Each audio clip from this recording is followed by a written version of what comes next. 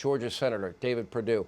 You know, you got so close, but those are the rules. Talk about the governor and the Secretary of State and all these votes we're finding in Georgia. Well, first of all, Sean, I have to tell you, I think President Trump has every right to demand that every legal vote be counted and every illegal vote be removed. And that's what's at stake here. We're in the fight of our life here. This is we're the last line of defense in Georgia. That's what makes every vote count right now in this. If we win Georgia, we save America. Frankly, that's why I need your viewers to help us at PerdueSenate.com to chip in a few bucks to help us. But right now, we're in the process of trying to find out.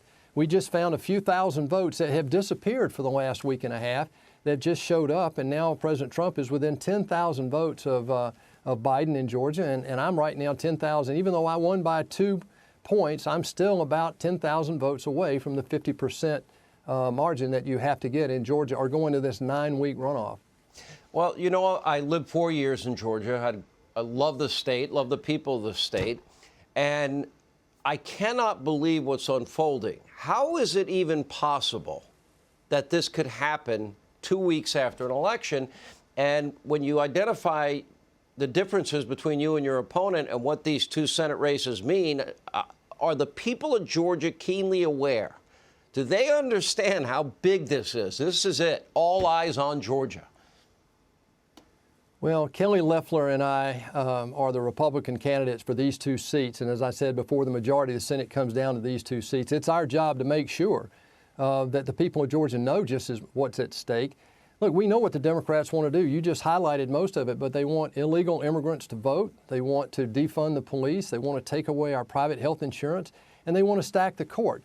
That's not what our government has always been about. It's been about checks and balances. And what Schumer said the other day, he said, we win Georgia, we change America. AOC said, look, we're all about, we want to win those 2 seats because we do not want to negotiate. She wants the Green New Deal without compromise. And so we've got to make sure the people of Georgia turn out again. If we do, we win. We've already beaten the Democrats. 52.5%, Sean, of Georgia voters rejected this liberal left move that the Democrats are trying to perpetrate. And I think that's a big sign that nobody's talking about. I hope the people, are you talking to the people in Georgia, and how are they reacting to this unfolding mess there? And do they, in other words, is there a groundswell of anger that is going to push people to the polls, or maybe they throw their hands up, why bother after I'm watching this Adam Schiff show?